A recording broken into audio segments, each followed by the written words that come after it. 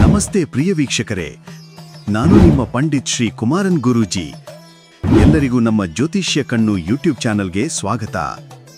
ಯಾರು ಮೊದಲ ಬಾರಿಗೆ ನಮ್ಮ ಯೂಟ್ಯೂಬ್ ಚಾನಲ್ ಅನ್ನು ನೋಡುತ್ತಿದ್ದೀರಾ, ಪ್ರತಿಯೊಬ್ಬರು ನಮ್ಮ ಚಾನಲ್ ಅನ್ನು ಸಬ್ಸ್ಕ್ರೈಬ್ ಮಾಡಿ ಮತ್ತು ಶೇರ್ ಮಾಡಿ. ಮುಂದಿನ ರಾಶಿ ಮಿಥುನ ರಾಶಿ.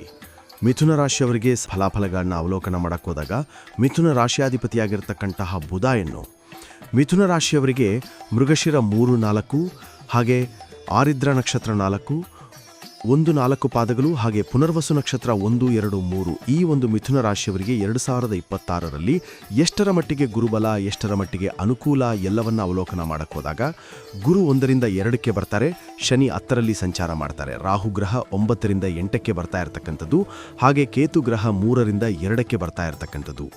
ಈಗಾಗಲೇ ಜನ್ಮತಃ ಗುರು ಇದ್ದಾರೆ, ಆದರೆ ಜೂನ್ 2ನೇ ತಾರೀಕಿನ ನಂತರ ಅದೇ ಗುರು ಕರ್ಕಾಟಕ ರಾಶಿಗೆ ಕೂಡ ಬರ್ತಾ ಇದ್ದಾರೆ. ಆಗ ಈ ರಾಶಿಗೆ ಗುರುಬಲ ಇರತಕ್ಕಂಥದ್ದು.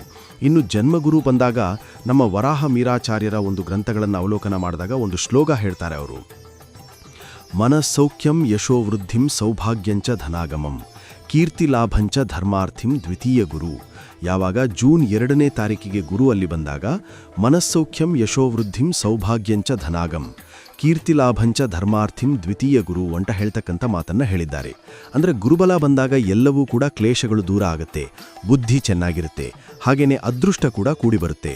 ಇನ್ನು ಈ ವರ್ಷ 2026ರಲ್ಲಿ ಮಿಥುನ ರಾಶಿಯವರಿಗೆ ಆದಾಯ 8, ವ್ಯಯ 11 ಇರುತ್ತೆ, ಹಾಗೆ ರಾಜಪೂಜ್ಯ 1 ಇರುತ್ತೆ, ಅವಮಾನ 7 ಇರುತ್ತೆ.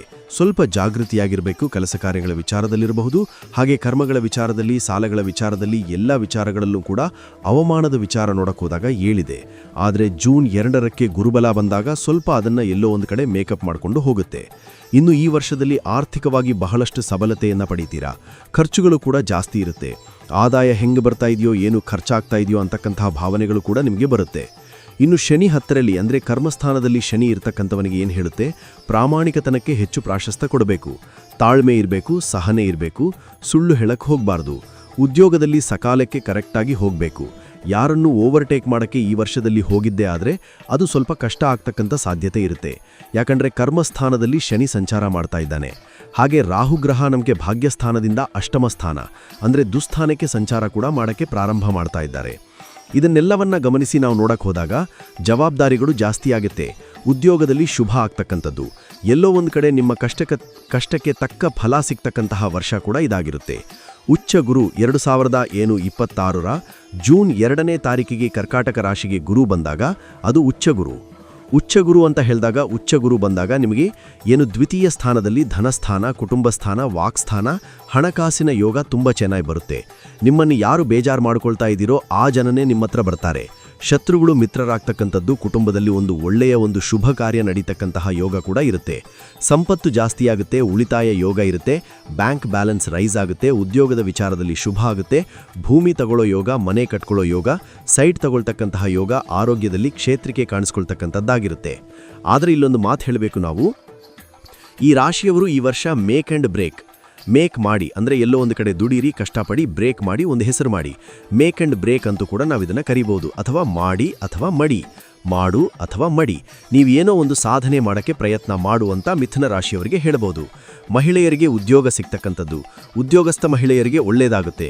ಸರ್ಕಾರಿ ನೌಕರಿಯಲ್ಲಿರ್ತಕ್ಕಂಥವರಿಗೆ ಪ್ರಥಮ ಅರ್ಧ ಭಾಗ ಏನೋ ಒಂದು ಕಡೆ ಮೇಲಾಧಿಕಾರಿಗಳಿರಬಹುದು, ತಮ್ಮ ಸಹೋದ್ಯೋಗಿಗಳ ಜೊತೆ ಸಣ್ಣ ಪುಟ್ಟ ಅಪವಾದ ಅಪಮಾನಗಳು ಬಂದರೂ ಕೂಡ ವರ್ಷದ ಕಡೆಯ ಭಾಗದಲ್ಲಿ ರಾರಾಜಿಸ್ತೀರಾ ನೀವು, ನಿಮಗೆ ತುಂಬಾ ಒಳ್ಳೆಯದಾಗ್ತಕ್ಕಂಥದ್ದು.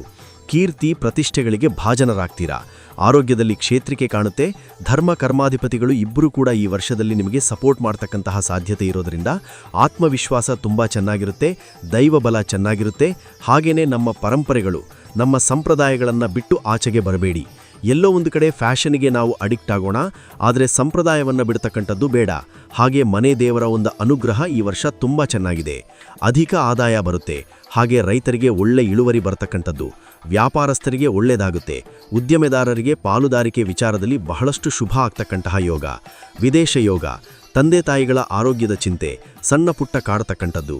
ಹಾಗೆ 8ರ ರಾಹು ವಾಹನದ ವಿಚಾರದಲ್ಲಿ ಹಾಗೆ ಆಕಸ್ಮಿಕ ಒಂದು ಅವಘಡಗಳ ವಿಚಾರದಲ್ಲೂ ಕೂಡ ನೀವು ಸ್ವಲ್ಪ ಜಾಗೃತಿಯಾಗಿರಬೇಕು. ಅಮಾವಾಸ್ಯೆ ಹುಣ್ಣಿಮೆಯ ವಿಚಾರದಲ್ಲೂ ಸಾಕಷ್ಟು ಪ್ರಯಾಣಗಳಿಗೆ ಹೆಚ್ಚು ಪ್ರಾಶಸ್ತ್ಯವನ್ನು ಕೊಡಬೇಡಿ.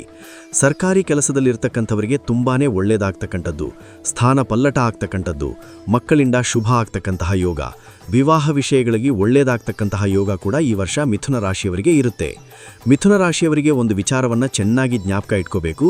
ಅಹಂ ಆಗಬಹುದು, ಕೋಪತಾಪಗಳಾಗಬಹುದು, ಬೇರೆಯವರ ವಿಚಾರವಾಗಿ ಗಟ್ಟಿ ಧ್ವನಿ ಕೂಡ ಎಲ್ಲೋ ಒಂದು ಕಡೆ ಅದೃಷ್ಟನ ನಮ್ಮನ್ನು ಕಳ್ಕೊಂಡು ಬಿಡುತ್ತೆ.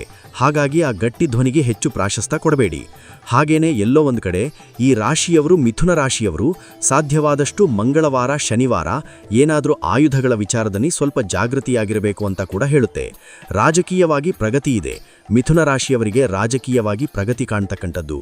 ಜವಾಬ್ದಾರಿಗಳ ನಿರ್ವಹಣೆ ತುಂಬ ಚೆನ್ನಾಗಿ ಮಾಡ್ತೀರಾ. ಕೀರ್ತಿ ಪ್ರತಿಷ್ಠೆಗಳಿಗೆ ಭಾಜನರಾಗ್ತಕ್ಕಂಥ ಸಾಧ್ಯತೆ ಇರುತ್ತೆ. ಇನ್ನು 9ನೆಯ ರಾಹು ಉನ್ನತ ಶಿಕ್ಷಣ. ಈ ವರ್ಷ ವಿದ್ಯಾರ್ಥಿಗಳಿಗೆ, ಮಿಥುನ ರಾಶಿ ವಿದ್ಯಾರ್ಥಿಗಳಿಗೆ ತುಂಬ ಶುಭ ಆಗುತ್ತೆ. ಹಾಗೆ ಶೈಕ್ಷಣಿಕ ಒಂದು ಸಂಸ್ಥೆಗಳಲ್ಲಿ ಹಾಗೆ ಶೈಕ್ಷಣಿಕ ಇಲಾಖೆ, ಶಿಕ್ಷಣ ಇಲಾಖೆಯಲ್ಲಿ ಈ ವರ್ಷ ಒಂದಷ್ಟು ಬದಲಾವಣೆಗಳು ಸರ್ಕಾರ ಕೂಡ ತರ್ತಕ್ಕಂತಹ ಸಾಧ್ಯತೆ ಇರೋದ್ರಿಂದ ಮಿಥುನ ರಾಶಿಯವರಿಗೆ ಅದು ಹೆಚ್ಚು ಫಲವನ್ನು ಕೂಡ ಕೊಡುತ್ತೆ. ವಿದ್ಯಾರ್ಥಿಗಳಿಗೆ ಒಳ್ಳೆಯದಾಗುತ್ತೆ, ಉನ್ನತ ಶಿಕ್ಷಣಕ್ಕೆ ಒಳ್ಳೆಯದಾಗುತ್ತೆ. ಡಾಕ್ಟರ್ ಕೋರ್ಸ್ ಮಾಡ್ತಾ ಇರತಕ್ಕಂಥವರಿಗೆ, ವೈದ್ಯಕೀಯ ರಂಗದಲ್ಲಿರ್ತಕ್ಕಂಥವರಿಗೆ ತುಂಬಾ ಒಳ್ಳೆಯದಾಗುತ್ತೆ. ಇನ್ನು 10ರ ಶನಿ, 10ರಲ್ಲಿರ್ತಕ್ಕಂತಹ ಶನಿ ಜೊತೆಗೆ ಮಂಗಳ ಸಂಯೋಗ ಆದಾಗ ನಿಮಗೆ ಇನ್ನೂ ಅಧಿಕ ಶಕ್ತಿಯಾಗುತ್ತೆ. ಮಂಗಳ ಗ್ರಹ 41 ದಿವಸಕ್ಕೆ ಒಂದು ಸಾರಿ ಬದಲಾವಣೆಯನ್ನು ಮಾಡ್ತಾ ಇರುತ್ತೆ. ಅಂತಹ ಬದಲಾವಣೆಯ ಕಾಲ ಶನಿ ಜೊತೆ ಮಂಗಳ ಬಂದುಬಿಟ್ರೆ ನಿಮಗೆ excess power, double horse power ಅಂತ ಕೂಡ ನಾವು ಕರಿತೀವಿ. ಅಂದರೆ ವರ್ಷದಲ್ಲಿ ಸಾಕಷ್ಟು ಅದೃಷ್ಟಗಳು ಕೂಡ ಬರ್ತಾ ಇರುತ್ತೆ. ಆಕಸ್ಮಿಕ ಧನಯೋಗ, ಆಕಸ್ಮಿಕ ಧನ ಲಾಭ ಆಗ್ತಕ್ಕಂಥದ್ದು, ಕಳ್ಕೊಂಡಿರೋದೆಲ್ಲ ವಾಪಸ್ ಪಡ್ಕೊಳ್ಳೋ ಸಾಧ್ಯತೆ ಕೂಡ ಇರುತ್ತೆ. ಇನ್ನು 10ರ ಮೇಲೆ ಗುರು ದೃಷ್ಟಿ ಕೂಡ ಬಂದಾಗ ವೇತನ ಹೆಚ್ಚಳ ಆಗ್ತಕ್ಕಂಥದ್ದು, ಹಳೆ ಬಾಕಿ ವಸೂಲಿ ಆಗ್ತಕ್ಕಂಥದ್ದು, ಹಾಗೆ ಸ್ವಲ್ಪ ಸಾಲ ಮುಕ್ತರಾಗ್ತಕ್ಕಂತಹ ಸಾಧ್ಯತೆ ಕೂಡ ಇರುತ್ತೆ. ಕಾನೂನು ವಿಷಯಗಳಲ್ಲಿ ಈ ವರ್ಷದಲ್ಲಿ ಒಂದಷ್ಟು ಹೋರಾಟ, ಕರೆಕ್ಟಾಗಿ ನೀವು ರೆಕಾರ್ಡ್ಸ್ ಇಟ್ಕೊಂಡು ಹೋರಾಟ ಮಾಡಿದರೆ ನಿಮ್ಮ ಭೂಮಿ ಆಸ್ತಿಗಳ ವಿಚಾರಗಳಲ್ಲಿ ಬಹಳಷ್ಟು ದೊಡ್ಡ ಜಯ ಈ ವರ್ಷದಲ್ಲಿ ನಿಮಗೆ ಕಾದಿರತಕ್ಕಂಥದ್ದು. ವ್ಯಾಪಾರಸ್ಥರಿಗೆ ಒಳ್ಳೆಯದಾಗ್ತಕ್ಕಂತಹ ಯೋಗ ಕೂಡ ಇರುತ್ತೆ. ಹಾಗೇನೇ ಈ ಒಂದು ವರ್ಷದಲ್ಲಿ ನಿಮ್ಮ ಗುರಿ ಕಡೆ ಗಮನ ಕೊಡೋದ್ರ ಜೊತೆಗೆ ಗಾಂಭೀರ್ಯತೆಯನ್ನು ಕಾಪಾಡಿಕೊಂಡು ಹೋಗೋದು. ಲೂಸ್ ಟಾಕ್ಸ್ ಆಗಬಹುದು, ಸಮಯ ಸಿಕ್ಕಾಗ ವಿಚಿತ್ರವಾಗಿ ಮಾತಾಡಿದ್ದೇ ಆದರೆ ಸಾಕಷ್ಟು ಅದೃಷ್ಟಗಳು ಕೂಡ ನೀವು ಕಳ್ಕೊಳ್ಳೋ ಸಾಧ್ಯತೆ ಇರುತ್ತೆ. ಹಾಗೆ ದೀರ್ಘಾವಧಿಯ ಏನೋ ಈ ಸದ್ಯಕ್ಕೆ ಟೆಂಪರ್ವರೆಗೆ ನಾವು ಯಾವುದೋ ಒಂದು ಅನುಕೂಲ ಮಾಡಿಕೊಂಡ್ರೆ ಸಾಕು ಅಂತಕ್ಕಂತಹ ಭಾವನೆ ಬೇಡ. ಅದೃಷ್ಟ ಇದೆ, ಒಳ್ಳೆಯ ಯೋಗ ಇದೆ, ದೀರ್ಘಾವಧಿಯ ಗಾಡಿ ಪ್ರಯತ್ನ ಮಾಡಿ, ತುಂಬ ಒಳ್ಳೆಯದಾಗುತ್ತೆ. ವಾಹನ ಯೋಗಗಳು ತುಂಬ ಚೆನ್ನಾಗಿದೆ. 2-3 ವಾಹನ ತಗೊಳ್ತಕ್ಕಂತಹ ಯೋಗ, ಹೊಸ ವ್ಯಾಪಾರಕ್ಕೆ ಪ್ರಯತ್ನ ಪಡ್ತಕ್ಕಂತಹ ಸಾಧ್ಯತೆ ಇರುತ್ತೆ. ಇನ್ನು ಸೆಪ್ಟೆಂಬರಲ್ಲಿ ಸ್ವಲ್ಪ ಈ ರಾಶಿಯವರಿಗೆ ನೀಚಭಂಗ ರಾಜಯೋಗ ಕೂಡ ಇರುತ್ತೆ. ಮಂಗಳ ಮತ್ತು ಗುರುವಿನ ಅನುಗ್ರಹದಲ್ಲಿ ನೀಚಭಂಗ ರಾಜಯೋಗ ಬಂದಾಗ ಯಾರದೋ ಮಾತು ಕೇಳಿ ಹಣ ಕಳ್ಕೊಳ್ಳೋ ಸಾಧ್ಯತೆ ಇರುತ್ತೆ. ಇನ್ನು ಆರೋಗ್ಯದ ವಿಚಾರದಲ್ಲಿ ವರ್ಷದ ಕಡೆಯ ಭಾಗದಲ್ಲಿ ಗುರುಬಲ ಇದ್ರೂ ಕೂಡ ಆರೋಗ್ಯದ ವಿಚಾರದಲ್ಲಿ ಜಾಗೃತಿಯಾಗಿರಬೇಕಾಗಿರುತ್ತೆ. ರಾಜಕೀಯ ವ್ಯಕ್ತಿಗಳಿಗೆ ಬಹಳಷ್ಟು ಶುಭ ಇರತಕ್ಕಂಥದ್ದು, ವಿದೇಶ ಪ್ರಯಾಣ ಯೋಗ ಇರತಕ್ಕಂತಹ ಸಾಧ್ಯತೆ ಇರುತ್ತೆ. ಆದರೆ ಈ ವರ್ಷದಲ್ಲಿ ನೀವು ಮಾಡಬಾರ್ದು, ಅಕ್ರಮ ಸಂಪಾದನೆ ಬೇಡ. ಅಮಾಯಕರ, ಅನಾಥರ ಹಣವನ್ನು ಈ ವರ್ಷದಲ್ಲಿ ನೀವು ಹೆಚ್ಚು ಗಳಿಕೆಯನ್ನು ಇಟ್ಕೋಬೇಡಿ ಅಂತ ಹೇಳುತ್ತೆ. ಅದರ ಜೊತೆಗೆ ಮಿಥುನ ರಾಶಿಯವರಿಗೆ ಈ ವರ್ಷದಲ್ಲಿ ಗಿಫ್ಟ್ಗಳು ಬೇಡ.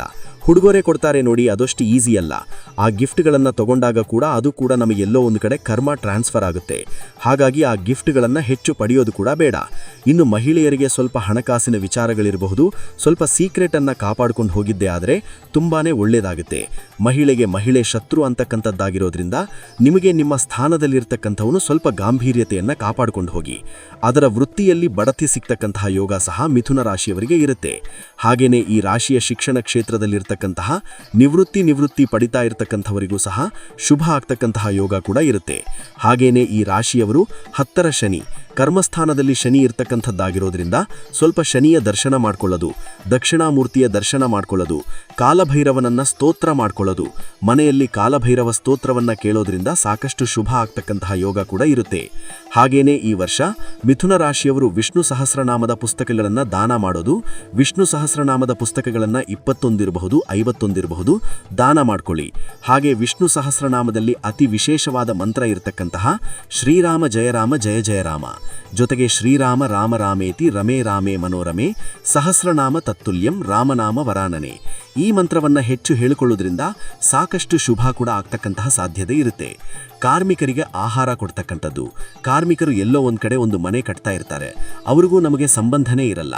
ಅಂತಹವರಿಗೆ ಹೋಗಿ ಅವರಿಗೆ ಆಹಾರ ಕೊಡೋದು, ಅವರಿಗೆ ವಸ್ತ್ರವನ್ನು ಕೊಡೋದು, ಅವರಿಗೆ ಚಪ್ಪಲಿ ದಾನ ಮಾಡೋದು ಅಥವಾ ಅವರಿಗೆ ನೀರನ್ನು ಕೊಡೋದ್ರಿಂದ ಕೂಡ ಈ ವರ್ಷದಲ್ಲಿ ಸಾಕಷ್ಟು ಶುಭ ಆಗ್ತಕ್ಕಂಥದ್ದು. ಕರ್ಮಸ್ಥಾನದಲ್ಲಿರ್ತಕ್ಕಂತಹ ಶನಿ ನಿಮಗೆ ಫೇವರ್ ಆಗ್ತಾನೆ. ಕರ್ಮ ಮಾಡಿದಾಗಲೇ ಅಲ್ವಾ ನಮ್ಮ ಜೀವನ ತುಂಬ ಚೆನ್ನಾಗಿರ್ತಕ್ಕಂಥದ್ದು. ಈ ವರ್ಷದಲ್ಲಿ ನೀವು ಆಗಬಹುದು ಅಥವಾ ನಿಮ್ಮ ಕುಟುಂಬ ವರ್ಗದಲ್ಲಿ ಒಂದು ಗಣ ಹೋಮವನ್ನು ಮಾಡ್ಕೊಳ್ಳೋದ್ರಿಂದ ಕೂಡ ಶುಭ ಆಗ್ತಕ್ಕಂತಹ ಸಾಧ್ಯತೆ ಇರುತ್ತೆ. ಪ್ರತಿನಿತ್ಯವೂ ಶ್ರೀರಾಮನ ಜಪ ಮಾಡ್ಕೊಳ್ಳೋದ್ರಿಂದ ಸಾಕಷ್ಟು ಶುಭ ಆಗುತ್ತೆ. 5 ಮತ್ತು 2 ಅದೃಷ್ಟದ ಸಂಖ್ಯೆಗಳಾಗಿರುತ್ತೆ. ಹಸಿರು ಮತ್ತು ನೀಲಿಯ ಬಣ್ಣವನ್ನು ಹೆಚ್ಚಾಗಿ ಉಪಯೋಗಿಸ್ಕೊಳ್ಳಿ. ಪೂರ್ವ ಮತ್ತು ದಕ್ಷಿಣದ ದಿಕ್ಕಿನ ಪ್ರಯಾಣಗಳು ಶುಭಕರವಾಗಿರತಕ್ಕಂತಹ ಒಂದು ಸಾಧ್ಯತೆ ಇರುತ್ತೆ. ಯಾವಾಗಲೂ ಕೂಡ ವೇಟ್ ಅಂಡ್ ಸಿ, ನೋಡಿ, ಕಾಯಿರಿ, ಮತ್ತೆ ನೋಡಿ. ಇದರಿಂದ ನಿಮಗೆ ಒಳ್ಳೆಯ ಫಲಗಳು ಕೂಡ ಸಿಗುತ್ತೆ.